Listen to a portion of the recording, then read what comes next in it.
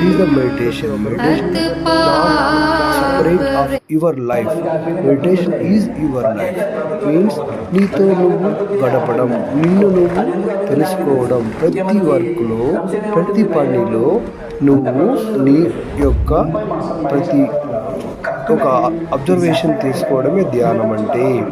ధ్యానం అంటే ఏమీ కాదు, మనం ఈ ప్రపంచంలో ఎలా బతకాలి, how to live this world with love and affection of very happily and enjoyly this world.